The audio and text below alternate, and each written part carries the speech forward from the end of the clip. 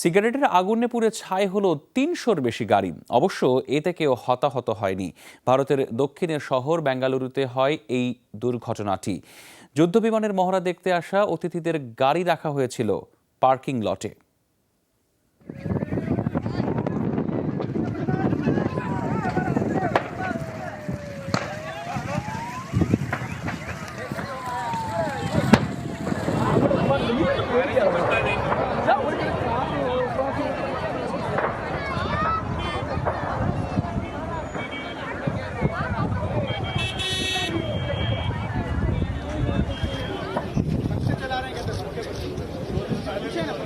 नहीं सर, सूखे पत्ते का इतना बड़ा नहीं होगा।